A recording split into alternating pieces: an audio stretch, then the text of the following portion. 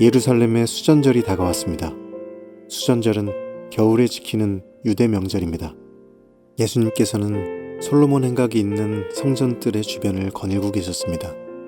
유대인들이 예수님 주위에 모여들어 이렇게 물었습니다. 언제까지 우리를 애태우게 할 작정입니까? 만일 당신이 그리스도라면 우리에게 터놓고 그렇다고 말해주십시오. 예수님께서 그 사람들에게 대답하셨습니다.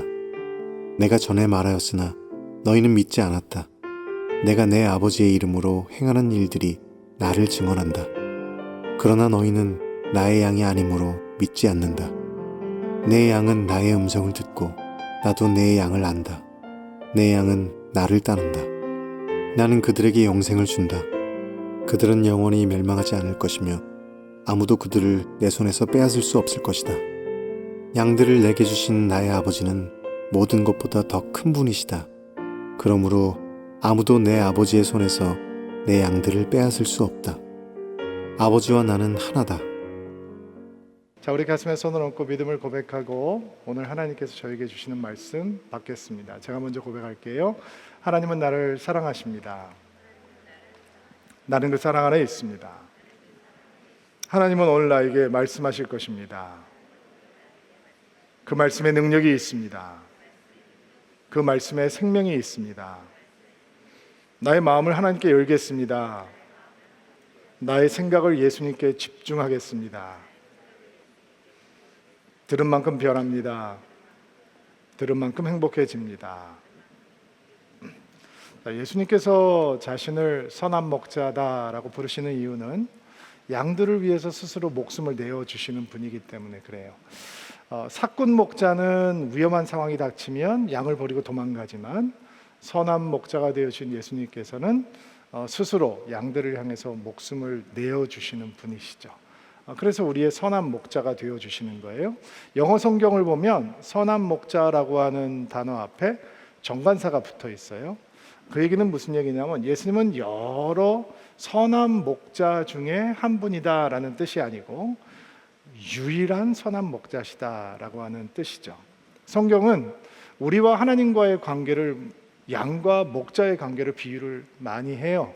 아주 적절한 비유라고 생각을 하는데 왜냐하면 양이라고 하는 동물의 안전과 안녕은 철저하게 목자에게 달려있기 때문이에요. 생존 자체가 목자에게 달려있기 때문이죠. 그러니까 좋은 목자가 없이 양들이 벌판에서 광야에서 생존할 수 없는 것처럼 선한 목자 되신 예수님 없이는 우리는 생존할 수 없으니까 하나님 없이는 생존할 수 없는 존재이니까 우리와 하나님과의 관계를 양과 목자의 관계로 비유하는 건 참으로 적절한 것 같아요. 오늘 말씀을 보면 배경이 수전절이다라고 얘기를 하고 있어요. 오늘 제가 나누게 될 설교의 주된 내용은 하나님의 음성을 듣고 주님의 음성을 듣고 주님의 음성을 들을 만한 내면을 준비하고 그리고 주님의 음성을 듣게 될 때 누리게 될 참된 축복에 대한 이야기를 나눌 텐데 수전절과는 관계가 없는 내용이에요. 그런데 오늘 본문 같은 것을 볼 때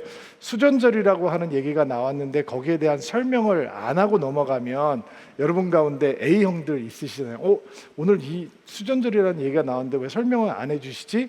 라는 마음이 들 수 있기 때문에 수전절이라고 하는 절기가 어떤 절기인지 잠깐 설명하고 오늘 말씀 묵상하는 시간 갖도록 하겠습니다.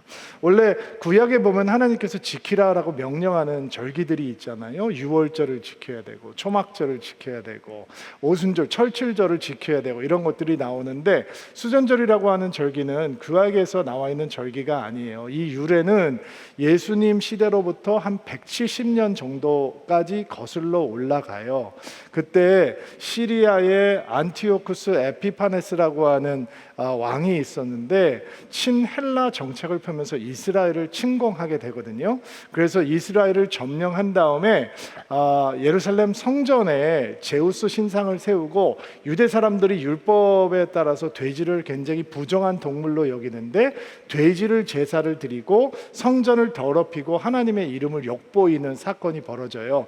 이 전쟁을 통해서 유대인들이 8만 명 이상이 죽고 수많은 사람이 포로로 잡혀가게 되는데 이 시리아의 압제 가운데 이스라엘이 고통을 받게 되거든요. 그런데 마카비라고 하는 투사가 독립투사 같은 사람이죠. 마카비라고 하는 사람이 등장을 해서 시리아를 상대로 전쟁을 일으켜서 승리를 하게 돼요. 승리를 한 다음에 그가 가장 먼저 하는 일은 뭐냐면 성전을 청결하게 하는, 예루살렘에서 하나님을 향한 제사를 다시 회복하는 이 일을 먼저 하게 돼요. 그리고 그때부터 이스라엘 사람들은 그 승리를 기억하고 성전을 청결하게 했던 일들을 기억하고 8일 동안 촛불을 밝히면서 성전을 깨끗하게 하고 보수하는 일을 하면서 수전절이라고 하는 절기를 지키게 돼요. 이게 시기적으로 보면, 우리 달력으로 보면 크리스마스 때랑 비슷한 시기거든요. 그래서 지금도 유대인들은, 우리는 크리스마스 절기를 지내지만 유대 사람들은 하누카라고 하는 절기, 수전절 절기를 크리스마스 때 지내게 되는 거예요. 자, 설명이 됐죠. 수전절 때 예수님께서 예루살렘 성전을 찾으셔서 솔로몬 행각에서 이제 말씀을 전하시는 장면이 오늘 주된 본문 내용이에요. 지난주에 여러분들께서 보셨던 본문 내용 가운데 이런 내용이 있었죠. 내가 내 스스로 목숨을 버릴 권세도 있지만 취할 수 있는 권세도 있다.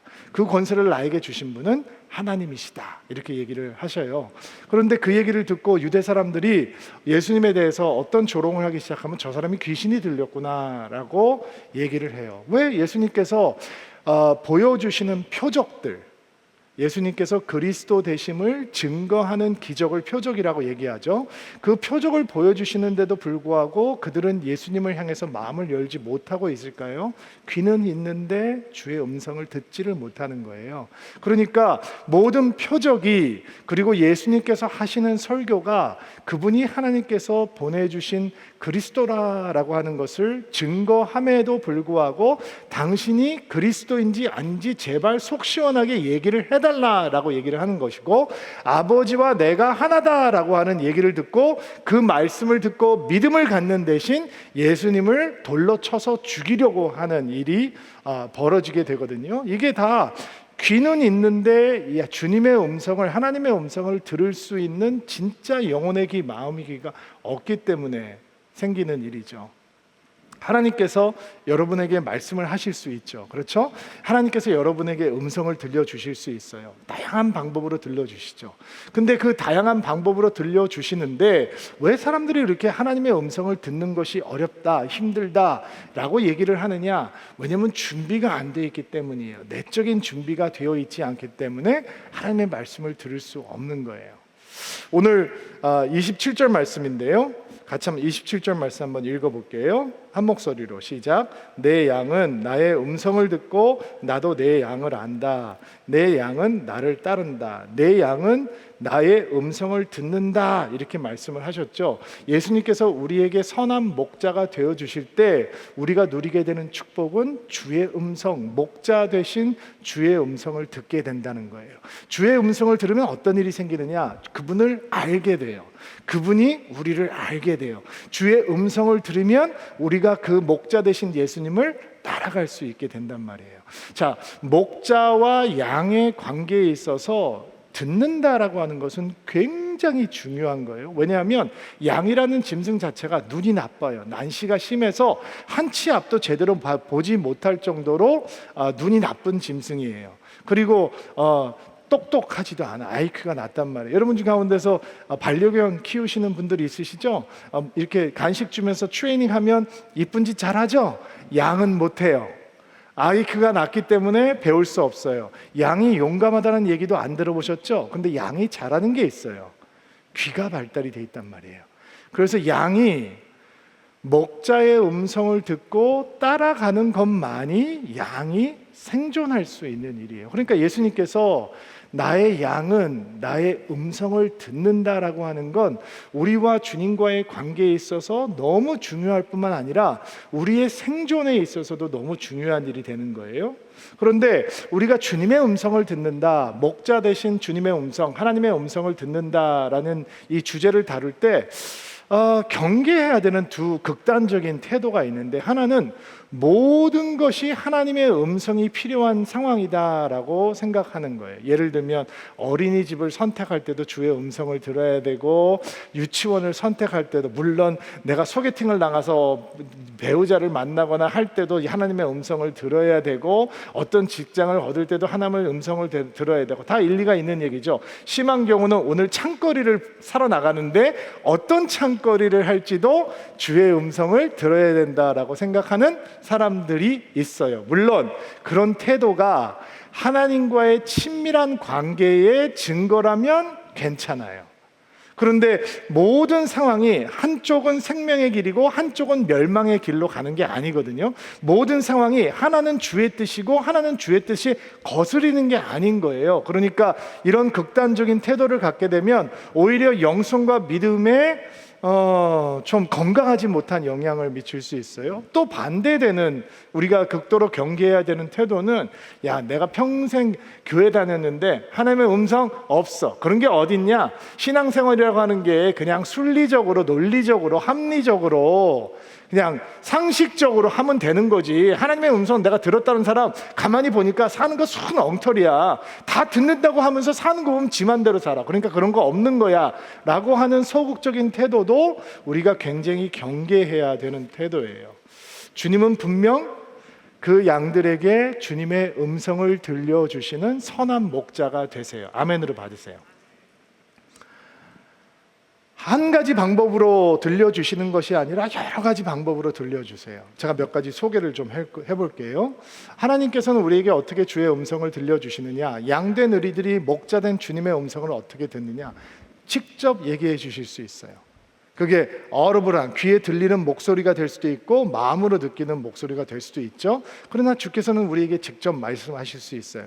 구약에 보면 사무엘이라고 하는 선지자가 나오잖아요. 어렸을 때 제사장 엘리야하고 함께 사는데 하나님께서 드디어 사무엘에게, 어린 사무엘에게 말씀하시기 시작해요. 사무엘아 라고 부르니까 한 번도 하나님과 교제를 해본 적이 없기 때문에 엘리 제사장이 부르는 줄 알고 엘리한테 가서, 부르셨습니까? 사무엘이 얘기하니까, 나 너 부르지 않았어, 가서 자 라고 얘기해요.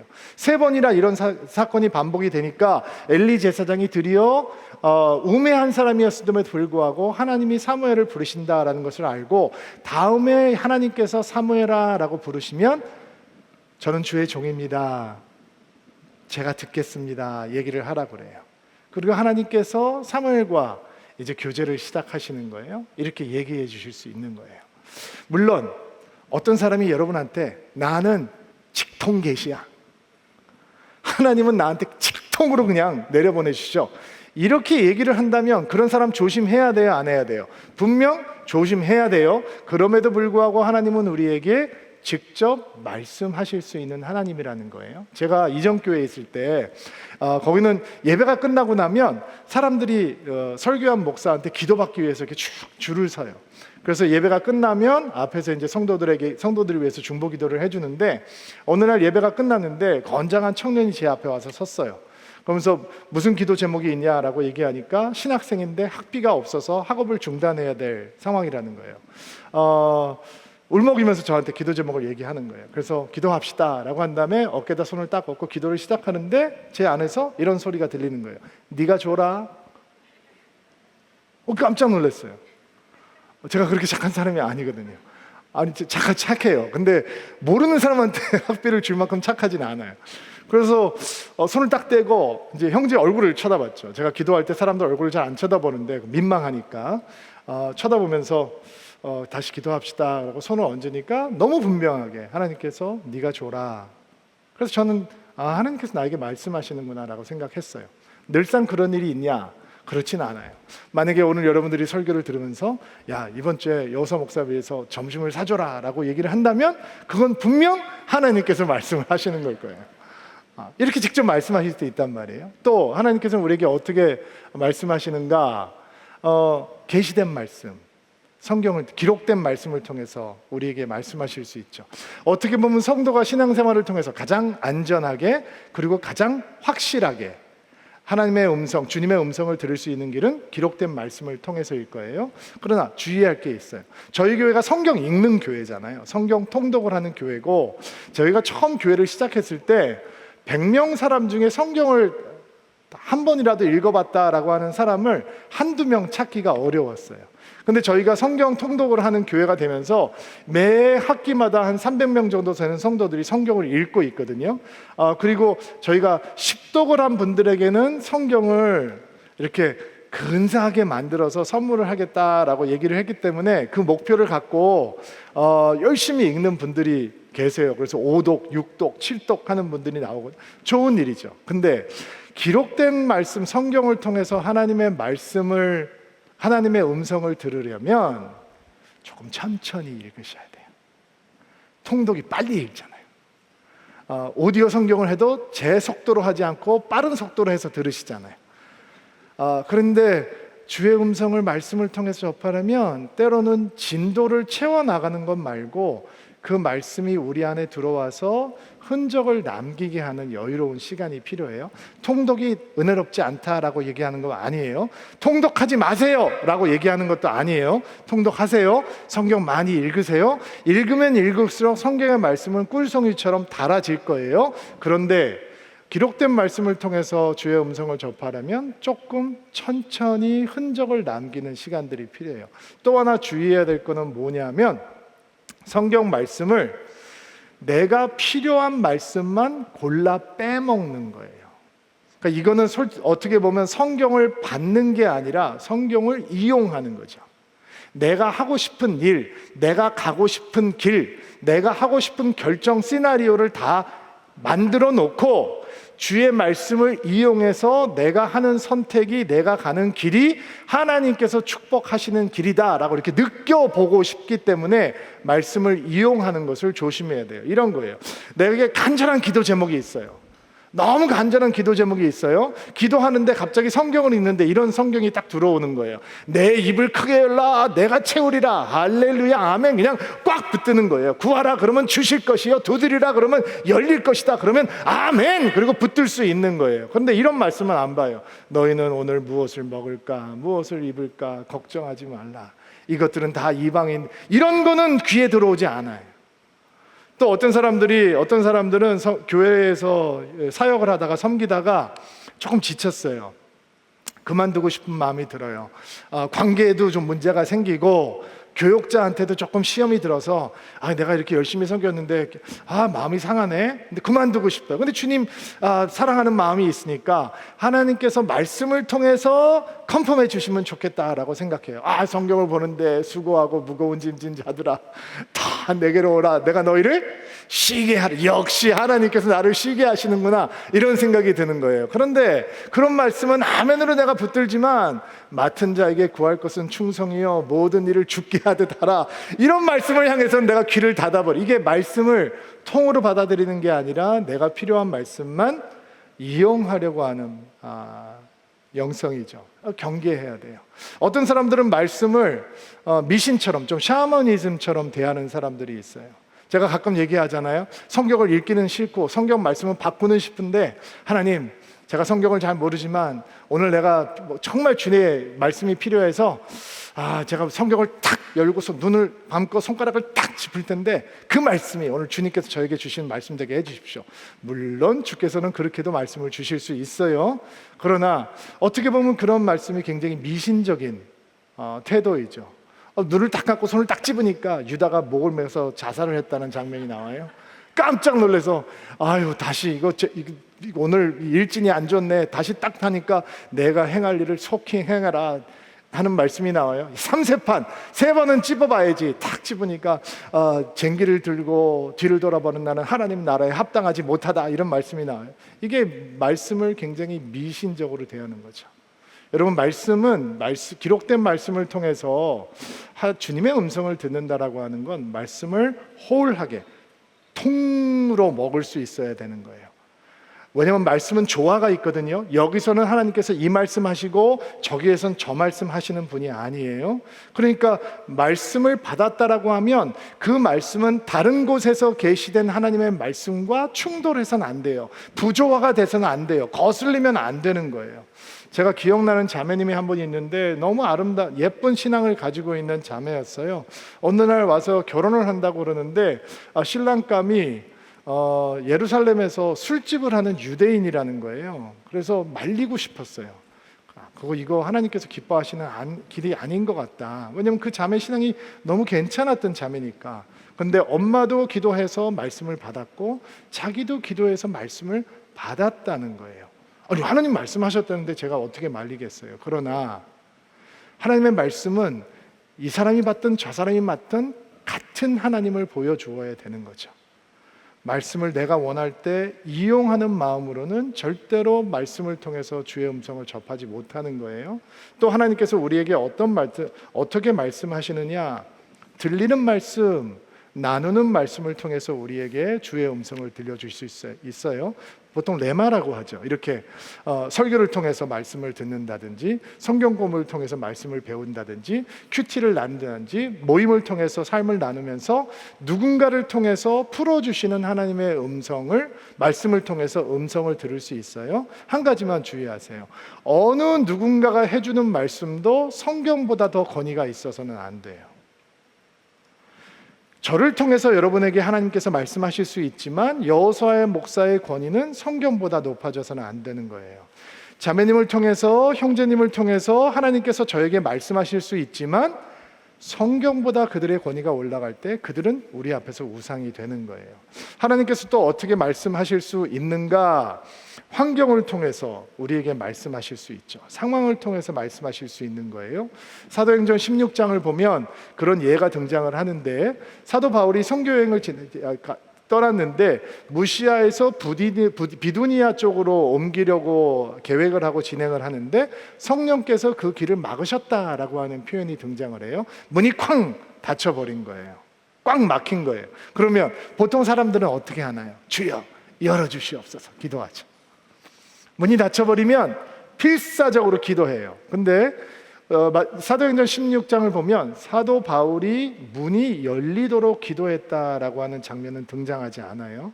대신 밤에 꿈에 이런 환상을 보게 되는데, 마게도니아 사람이 나타나서 마게도니아에 와서 우리를 도우라라고 하는 모습을 보게 되죠. 그러니까 사도 바울이 분별을 하는 거예요. 아, 하나님께서 우리를 마게도니아로 부르시는구나. 그렇게 첫 유럽 교회, 빌립보 교회가 만들어지는 거예요. 그러니까 닫힌 문, 열린 문, 상황을 통해서 하나님께서 우리에게 말씀하실 수 있어요. 꿈, 환상, 비전을 통해서도 우리에게 주의 음성을 들려주실 수 있어요. 요셉도 꿈을 통해서 하나님의 음성을 들었고, 다니엘과 사도 요한도 환상을 통해서 하나님의 음성을 들었고, 베드로도 환상을 보면서 이방인을 향한 하나님의 마음을 음성을 통해서 들을 수 있었죠. 여러분에게 꿈을 통해서 말씀하실 수 있어요. 그러나 여러분이 꾸는 모든 꿈이 하나님의 메시지를 품고 있는 건 아니에요. 가끔씩 저한테 이런 질문을 하시는 분들이 있어요. 목사님, 어저께 목사님이 제 꿈에 나타나셨어요. 무슨 뜻일까요? 몰라요. 꿈꾸고 저한테 해몽해달라는 분들이 가끔 있는데, 하나님께서 저에게 그런 특별한 은사는 주시지 않아서 저는 아무리 열정적으로 여러분들께서 설명을 하셔도 설명을 해드릴 수가 없어요. 다만 제가 나타나는 꿈이라면 흉몽이 아니면 좋겠다는 생각은 해요. 성경은 하나님께서 우리에게 꿈을 통해서는 말씀하실 수 있지만, 꿈을 통해서 하나님의 음성을 적극적으로 들으려고 찾으라, 노력하라라고 가르치지 않고 있어요. 만약에 어떤 의미심장한 뜻이 있는 꿈이 여러분에게 임했다면 여러분 기도하면서 기다리세요. 이루어진 다음에 이것이었구나 라고 깨닫게 될 거예요. 여러분이 깨닫지 못해도 하나님께서 주신 꿈이라면 반드시 이루어질 거예요. 하나님께서는 기도를 통해서도 우리에게 말씀하실 수 있어요. 그런데 이 기도는 우리가 외치는 기도가 아니에요. 우리가 말 많이 하는 기도가 아니라 우리의 소리를 멈추고 주를 향해서 귀를 여는 듣는 기도예요. 자, 이렇게 하나님께서 다양한 방법으로 우리에게 음성을 들려주시기 원하시는 선한 목자이신데, 왜냐하면 음성을 들어야 그분을 알게 되고 그분의 인도함을 받을 수 있으니까 이렇게 말씀해 주시는 선한 목자이신데, 왜 사람들이 이렇게 하나님의 음성을 듣기가 힘들다, 어렵다 라고 얘기할까요?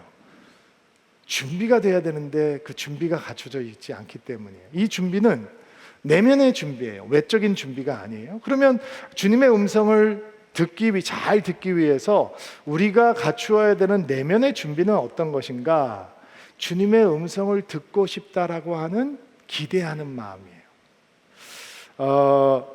이 기대감을 오해를 하면 막연한 소원처럼 나도 한 번만이라도 주님의 음성을 들었으면 좋겠다, 이런 마음이라고 이해하면 안 돼요. 이거는 굉장히 적극적인 기대감이에요.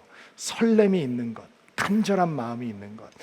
여러분 혹시 이런 얘기 들어보셨어요?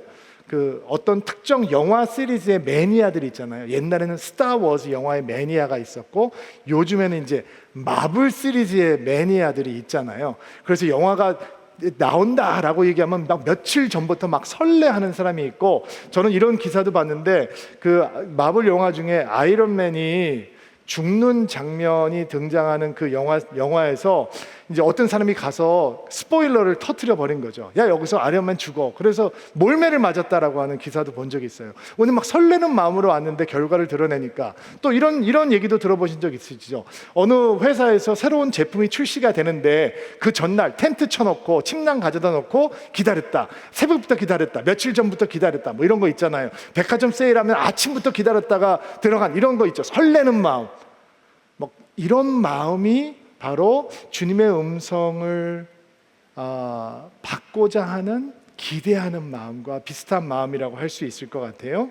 이런 영적인 기대감이 준비가 돼야 주께서 말씀하시고 음성을 들려주실 때 받을 수 있어요. 또 어떤 내적인 준비가 필요한가? 우리 내면에 고요함이 있어야 돼요. 시편 46편 10절 말씀을 보면, 너희는 가만히 있어 내가 하나님 됨을 알지어다. 개역 개정판은 그렇게 나와 있고, 쉬운 성경 번역이 재미있어요. 조용히 하여라, 이렇게 나와요. 쉬. 주님의 음성 듣고 싶으세요? 쉬. 왜 조용히 해야 되느냐? 우리 안에 소음과 잡음이 많아요. 말씀을 묵상하면서도 온갖 잡음이 많아요. 기도를 하면서도 우리의 내면은 소음으로 가득해요. 우리가 극복하기 가장 힘든 소음은 세상의 소리가 아니에요. 나의 소리예요. 내 소리가 없어지지 않아요. 우렁차단 말이에요. 묵상을 하면서도, 기도를 하면서도 내 소리가 얼마나 큰지 몰라요. 이 내면에 존재하고 있는 잡음과 소음이 어떻게 무너지는가? 하나님의 사랑을 진짜 경험하면, 하나님의 사랑의 깊이에 빠져들면 소음은 저절로 사라지게 되어 있어요. 해변가를 찾아보셨죠? 해변가는 바닷가예요. 바닷물을 체험할 수 있어요. 그러나 해변가는 시끄러워요. 근데 스쿠버 다이빙 하는 분들한테 얘기를 들어보니까 산소통을 짊어지고 깊은 바다의 깊은 속으로 들어가면 고요하대요. 그리고 해변가에서 느낄 수 없는 신비로움을 보게 된다는 거예요. 정말 한번 해보고 싶어요. 여러분, 믿음의 해변가, 기도의 해변가에 머무는 사람들은 소음과 잡음으로 가득해요. 그러니까 고요함이 없어요. 주님께서 말씀을 들으려면, 주님께의 음성을 들으려면 내면에 고요함이라는 게 있어야 되는데 해변가에만 머무르니까. 근데 주님의 사랑에 깊은 곳으로 임하면 다른 소리들이 사라져 버려요. 그 고요함이 우리에게 임하게 될 때 우리는 주의 음성을 들을 수 있는 내적인 준비가 되어 있는 거죠. 또 주의 음성을 듣기를 원하는 사람들에게는 인내하며 기다리겠다라고 하는 마음이 필요해요. 사실 많은 사람들이 주님의 음성을 듣지 못하는 이유는 무릎을 꿇고 기도하면서 무릎을 펴기 전에 모든 것이 해결되기를 원하는 조급함이 우리 안에 있기 때문이에요. 여러분 안에도 제 안에도 있어요. 빨리빨리. 그런데 하나님께서는 우리에게 빨리빨리 말씀하시지 않거든요. 우리를 기다리게 하시면서 우리의 내면을 다루시고, 그리고 주의 음성을 담아둘 수 있는 그릇을 준비시켜 주는 거죠. 그러니까 인내하며 기다리겠다라고 하는 내적인 준비가 되어 있어야 되는 거예요. 여러분이 저한테 개인적으로, 목사님, 주의 음성을 듣기 위해서 가장 중요한 내면의 준비는 뭐라고 생각하십니까? 라고 물어본다면 저는 이렇게 답할 것 같아요. 어떤 음성을 들어도 순종하겠다라고 하는 결단입니다. 왜냐하면 그 마음이 없이는 주께서 크게 확성기에 대고 얘기해도 잘 들리지 않아요. 얼마나 많은 성도들이 주님의 음성을 간절히 소망하는지 몰라요. 감사한 일이죠. 아마 여러분도 주의 음성을 듣기를 간절히 소망하는 성도들이라고 믿습니다. 그렇다면 제가 이런 질문을 한번 해볼게요. 여러분은 여러분을 불편하게 하는 하나님의 음성, 주님의 음성을 들어보셨습니까? 여러분을 괴롭게 하고 여러분에게 손해보라라고 요구하고 희생하라고 요구하고 억울해지라라고 얘기하고 하기 싫은 일을 시키고 낮아지라고 요구하는 하나님의 음성 들어보셨나요? 혹시 지금까지 신앙생활을 하시면서 목사님, 하나님께서 저를 너무 사랑하셔서 주께서 저에게 말씀하시면 저는 늘 편한 길로, 좋은 길로, 늘 부요한 길로만 인도해 주셨습니다. 정말 제가 사랑받는 인생입니다 라고 생각을 하신다면 성경에서 우리가 듣게 되는 하나님의 음성과는 굉장히 거리가 멀거든요. 성경은 우리를 불편하게 하고 괴롭게 하고 어렵게 하는 하나님의 음성으로 가득 차 있습니다. 빌레몬서는 듣기 싫은 하나님의 음성을 듣는 사람들의 이야기입니다. 사도 바울에게 하나님의 음성이 임해옵니다. 그가 영적으로 낳은 아들 오네시모, 그 오네시모의 정체는 주인의 돈을 훔쳐서 도망간 노예입니다. 로마 제국에서 주인의 돈을 훔쳐서 도망가는 노예는 온갖 고문을 당하고 개처럼 죽음 당하는 겁니다.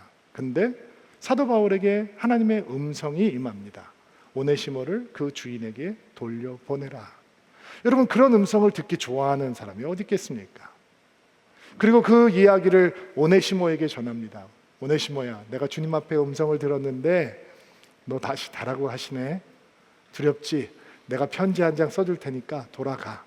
오네시모는 한번 도망갔던 노예입니다. 지금 사도 바울을 하고 대해서 도망간다고 해서 그가 뭐 달라지는 거 아닙니다. 어차피 도망자의 신분이니까. 근데 그렇게 듣기 싫은 하나님의 음성이 오네시모에게 임해오고 오네시모도 빌레몬에게 돌아갑니다. 빌레몬에게 들려오는 하나님의 음성은 무엇이냐? 사도 바울이 이런 음성을 들려줍니다. 이전에 오네시모가 너에게는 무익한 자였으나 이제는 유익한 자요, 그를 종이 아니라 형제로 받으라. 고민이 생기는 거죠. 노예를 가지고 있는 크리스찬 주인이 도망갔던 노예가 집으로 돌아와서 예수 믿게 됐습니다 라고 하는 것으로 용서를 해주면 로마 제국의 노동력이 다 문제가 생기는 거예요. 왜냐하면 그 사회 자체가 노예들의 노동력으로 지탱이 되고 있는 것인데 예수 믿는 주인의 노예들이 다 도망갔다가 다시 돌아와서 나 이제 당신 형제예요, 나 예수 믿게 됐어요 하고 얘기하면 이게 어떻게 되겠어요? 그러니까 바울도 오네시모도 빌레몬도 정말 듣기 싫은 하나님의 음성을 듣는 거예요. 다시 묻습니다. 여러분, 우리는 하나님의 음성, 주님의 음성을 듣고 따라가는 인생을 살아가기를 정말 소망합니다. 그런데 당신을 불편하게 하고 괴롭게 하고 듣기 싫어하고 억울해하고 손해보라고 하는 하나님의 말씀, 그 말씀을 들어보신 적이 있습니까? 그렇지 않다면 하나님의 음성이 임하지 않은 것이 아니라 우리 안에 그것까지도 순종하겠다는 마음이 없으니까 귀를 닫아놓고 듣지 않고 있는 것뿐입니다. 그러니까 우리 안에 순종하겠다라고 하는 결단이 없다면 주의 음성을 제대로 들을 수가 없는 것이죠. 또 다른 주의 음성을 들을 수 있는 내적인 준비는 아주 평범한 것 속에서 특별한 것을 찾을 수 있는 믿음의 눈을 갖게 시작하는 것입니다. 구약에 보면 엘리야라고 하는 선지자가 나오죠. 850명의 이방 선지자들과 붙어서 승리했던, 그들을 처단했던 능력의 사자였습니다. 그가 기도하면 하늘에서 불이 내리고 엄청난 사람이죠. 그런데 이사벨이라고 하는 사람이 내가 너를 죽이겠다라고 하는 말 한마디에 음매 기죽고 두려워가지고 광야로 도망가기 시작합니다. 그리고 광야에서 로담나무 앞에 앉아서 기도를 하는데 이제 다 소용없습니다. 하나님, 내 목숨 가져가십시오. 나 살 마음 없습니다. 징징거리면서 기도를 합니다. 저는 엘리야 선지자를 너무 좋아하기 때문에 그 노뎀나무가 간 게 커다란 버드나무처럼 막 이런 아름드리 나무라고 생각을 했습니다. 선지자가 큰 나무 아래서 주님 이제 다 허무합니다 막 이렇게 기도하는 거라 생각했는데 이스라엘 가서 로뎀나무 보니까 개나리 잡초 같아. 아니 그래도 선지자가 폭나게 좀 뽀닥이 나게 좀 큰 나무 밑에서 기도하지 그 잡초 같은데 쭈그리고 앉아가지고 기도한다는 것 자체가 이게 갈멜산에서 봤던 엘리야가 맞나 싶어요. 근데 하나님께서 엘리야를 사랑하셔서 엘리야에게 나타나시죠. 그 장면을 한번 볼게요. 열왕기상 19장 11절부터 12절 말씀인데 자막을 통해서 한번 읽어볼게요. 시작. 여호와께서 엘리야에게 말씀하셨습니다. 가거라, 산 위에서 내 앞에 서 있어라. 내가 내 앞으로 지나가겠다. 그랬더니 매우 센 바람이 불어와 여호와 앞에서 산을 가르고 큰 바위를 쪼갰습니다. 그러나 여호와께서는 그 바람 속에 계시지 않았습니다. 바람이 불고 난 뒤에 지진이 일어났습니다. 그러나 그 지진 속에도 여호와께서는 계시지 않았습니다. 지진이 일어난 뒤에 또 불이 났지만 그 불 속에도 여호와께서는 계시지 않았습니다. 불이 난 뒤에는 조용하고 부드러운 목소리가 들렸습니다.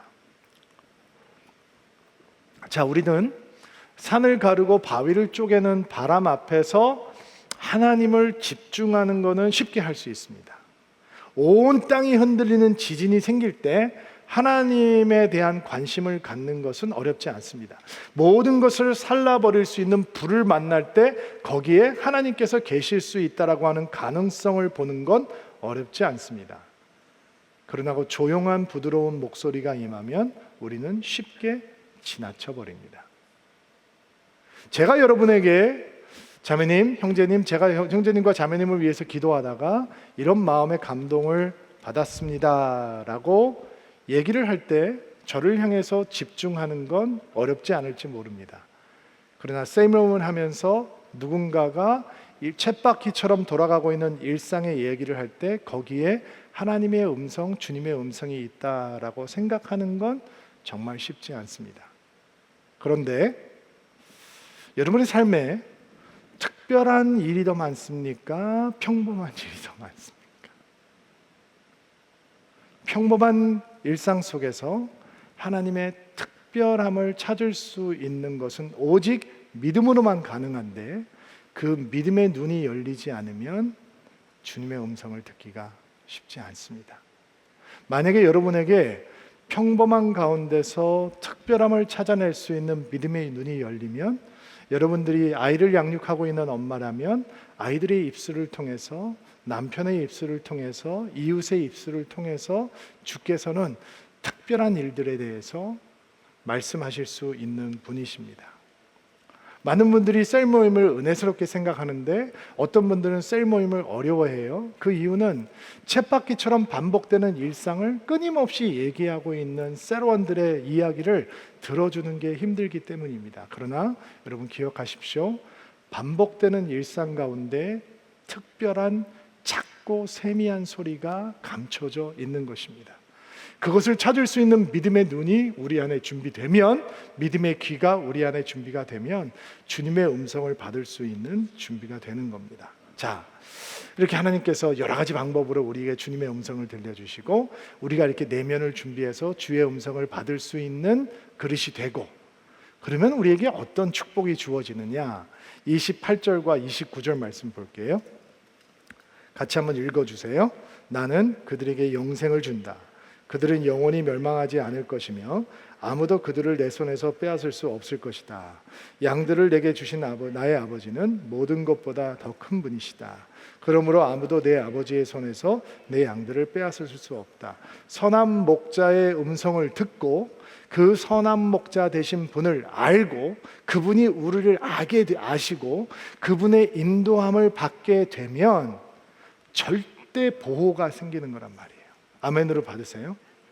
빼앗기지 않는 영생을 누리는 놀라운 보호 속에 들어가게 되는 거예요.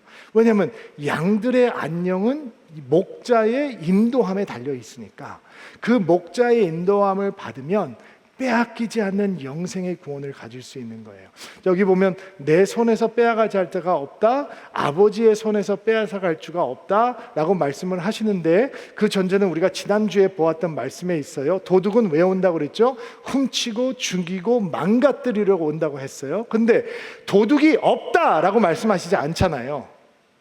내가 양들을 향해서 목숨을 버리는 순간 도둑이 사라질 것이다 라고 말하는 것이 아니라 어느 누구도 너희를 내 손에서 내 아버지의 손에서 빼앗갈 수 없다라고 말씀하세요.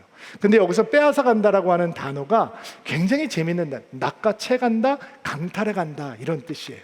그러면 왜 낚아채가지 못하고 강탈하지 못하느냐? 하나님의 손이 더 빠르기 때문이 아니라 예수님께서는 아예 아버지는 모든 것보다 만유보다 크시다, 만물보다 크시기 때문이다.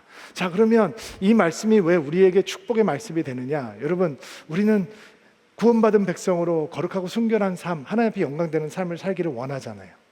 마음은 원해요. 근데 가끔 넘어져요. 더 기가 막힌 건 일부러 넘어져요. 안 되는 거 알면서 그거 해요. 그러면서 이런 마음이 드는 거죠.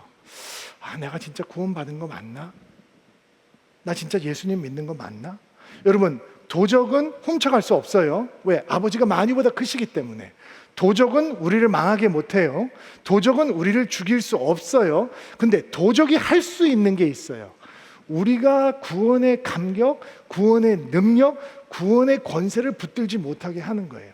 여러분, 구원받은 백성들 가운데 가장 불쌍한 사람들은 뭐냐면, 하나님께서 나를 버리시면 어떡하지? 내가 이렇게 죄 가운데 살고 있는데 내 구원을 잃어버리면 어떡하지? 내가 구원을 못 받은 게 아닌 건가? 내가 진짜 예수님을 믿은 건가? 이미 선한 목자께서 자신의 목숨을 버리심으로 우리에게 영생을 주시고 멸망하지 않게 하셨는데, 내가 멸망하면 어떡하지? 내가 예수님과 상관없는 인생이 되면 어떡할까? 주님께서 나를 모르신다라고 하면 어떡하지? 이런 생각에 사로잡혀 있는 거죠. 이럴 때 우리는 이 말씀을 붙들어야 되는 거예요. 주께서 만유보다 크심에, 만물보다 크심에, 나의 손에서, 아버지의 손에서 너희를 뺏어갈 자가 없다. 내가 너희에게 영생을 주노니 멸망하지 않을 것이다 라고 하는 말씀을 꽉 붙들어야 되는 거예요. 이 말씀을 붙드는 게 내가 마음대로 살아야 된다는 뜻이 아니라 구원받은 백성답게 구원의 기쁨과 구원의 감동과 구원의 능력과 구원의 권세를 갖고 선한 목자 되신 분의 음성을 듣고 그분을 알며 그분의 인도함을 받고 따라가는 인생이 된다라는 거예요. 이 축복이 오늘 예배드리며 말씀을 아멘으로 받는 여러분들에게 충만하게 임하는 복된 주일이 되기를 예수님의 이름으로 축복합니다. 이번 주는 제가 여러분들을 위해서 축복하면서 기도할 때 이런 기도를 할 거예요. 주께서는 이번 주에도 분명히 여러분들을 향해 말씀하실 거예요. 여러분의 평범한 일상 가운데 특별하신 하나님께서 말씀해 주실 거예요. 그 말씀을 듣고 그 말씀을 품으며 그 말씀을 따라가는 한 주가 될 수 있도록 여러분을 위해서 축복하고 기도하겠습니다. 가슴에 손을 얹고 안수하시고요.